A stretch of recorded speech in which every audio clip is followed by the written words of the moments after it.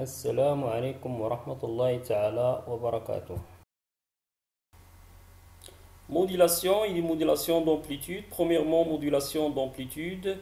Principe de système de communication.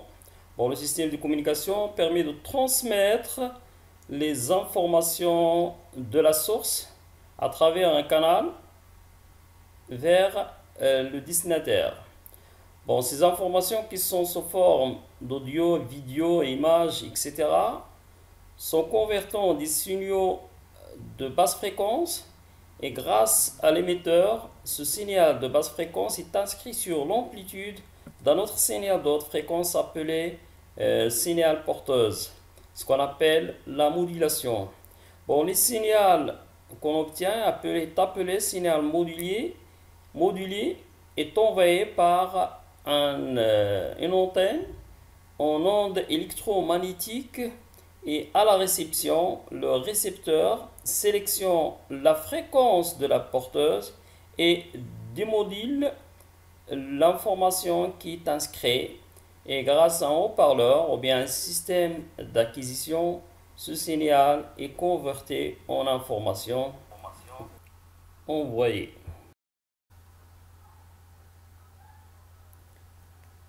Petit 2, montage électrique de modulation. Donc, pour faire la modulation, on a besoin d'un circuit intégré qui s'appelle multiplieur X. Dans l'un des entrées, on applique une tension modulante qui représente l'information à transmettre. C'est une tension sinusoïdale. S de T est égal à Sm cosinus 2πf S de T. Et pour avoir une bonne modulation, donc on ajoute une composante continue U0. Dans l'autre entrée de multiplieur, on applique une tension de haute fréquence, c'est-à-dire la porteuse, qui a pour expression P de T qui est égal à Pm cosinus 2P Fp de T. Sur l'oscilloscope, on visualise sur la voie A la porteuse P de T et sur la voie B S de T plus U0. Et on peut également visualiser la tension modulée UM de T à la sortie de multiplieur. La tension modulée UM de T à la sortie de multiplieur est UM de T est égal à K constante qui caractérise le multiplieur fois S de T plus U0. L'information plus la composante continue fois P de T, la porteuse. Donc en remplaçant P de T par son expression, on obtient UM de T est égal à KPM S de T plus KU0 cosinus de P Fp de T. KPM S de T plus KU0 représente l'amplitude de la tension modulée. Il suit la variation de S de T. Donc on peut mettre KPM I0 comme facteur, donc fois 1 plus SM sur I0 cosinus 2P Fs de T fois cosinus 2P Fp de T.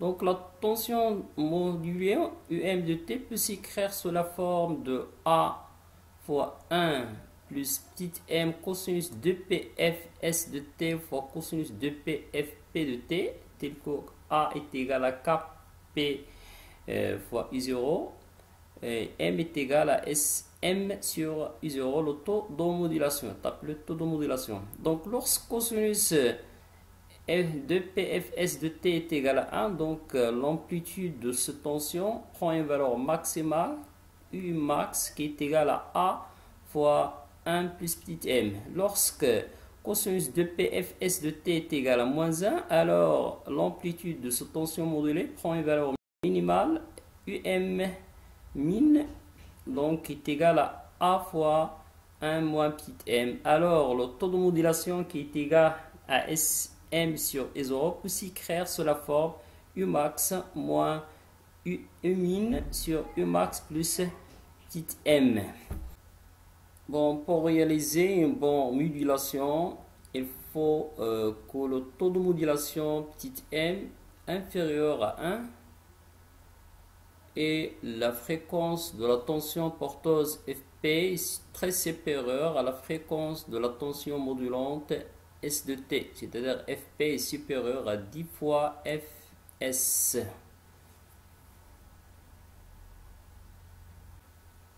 Donc maintenant, on va passer à réaliser l'expérience grâce à un logiciel de simulation électronique que vous pouvez télécharger en internet. Ici, on a un signal modulant SDT tel que I0 est égal à 0. Donc on va changer la valeur de I0 est égal à 6. Donc vous voyez que la tension modulante est décalée en haut. Bon, on va supprimer cette ligne pour visualiser maintenant la tension porteuse sur l'un des voies d'oscilloscope. Donc je choisis la coloration rouge et je mets le programme en exécution. Donc vous voyez que ce signal-là a des fréquences qui a haute fréquence. La porteuse a une haute fréquence. Donc maintenant on va visualiser sur le oscilloscope S de T plus I0 en bleu. Et sur l'autre voie de l'oscilloscope, on va visualiser la tension modulante UM de T, c'est-à-dire la tension de sortie de multiplieur. Bon, je choisis comme coloration le rouge.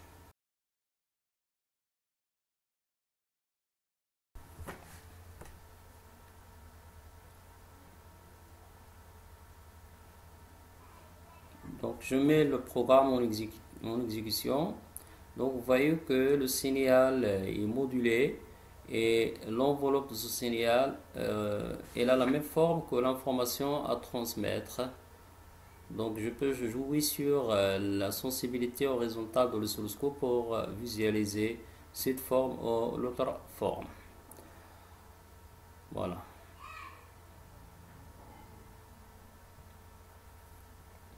Bon, en mode XY, donc on a perçu un trapèze, c'est-à-dire que la modulation est bon. Donc lorsqu'on change la valeur de I0 tel que le taux de modulation est supérieur à 1, on aura à l'exécution de programme une mauvaise modulation, c'est-à-dire ce qu'on appelle la surmodulation.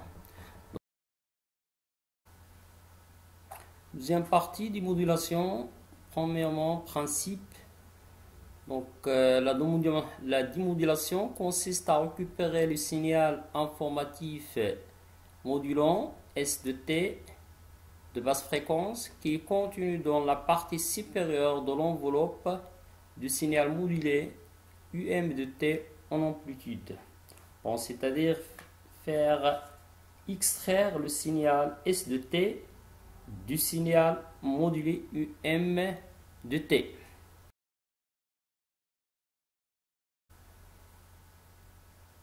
Deuxièmement, montage électrique. Donc après avoir réalisé la modulation d'amplitude grâce à un multiplieur, donc on va voir comment extraire maintenant le signal modulant S de T du signal modulé UM de T. Donc c'est pour cela il faut faire tout d'abord la suppression des alternances négatives grâce à la diode et la détection d'enveloppe grâce à un dipôle RC en parallèle, et enfin l'élimination de la composante continue grâce à un filtre passe-haut, c'est-à-dire un dipôle RC en série. Donc je vous laisse avec cette manipulation qui se fait par le logiciel électronique de simulation. Donc on va ajouter au circuit de modulation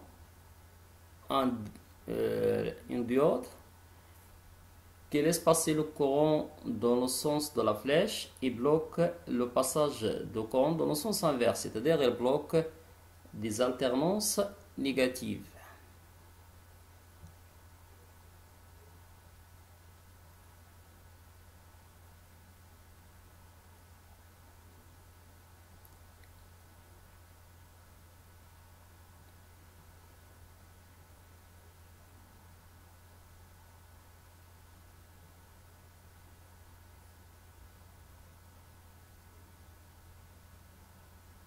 Donc on va visualiser la tension au bord de la résistance R.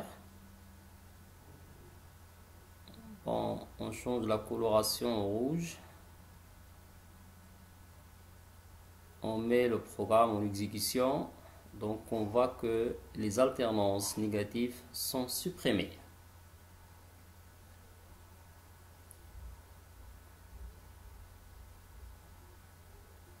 Donc pour supprimer les alternances, ou bien pour supprimer la porteuse, c'est-à-dire bloquer le passage des tensions de haute fréquence, on ajoute un condensateur en parallèle avec R. Sous des pôles RC en parallèle joue le rôle d'un filtre passe-bas. À noter ici que il faut prendre RC très supérieur à TP période de la porteuse et inférieur à TS période de la tension modulante. Donc on voit que l'enveloppe est confondue avec le signal S de T. Et enfin, pour éliminer la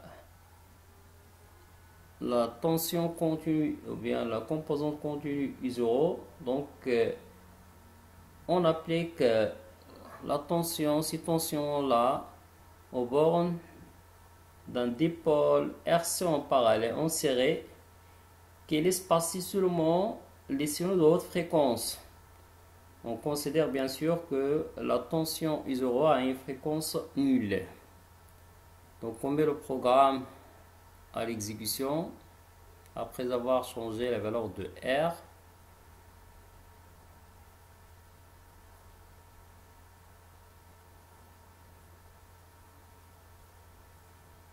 Et voilà, comme vous avez perçu ici sur l'écran, que les deux signaux sont en même forme. شكرا على انتباهكم وإلى اللقاء مع درس جديد إن شاء الله.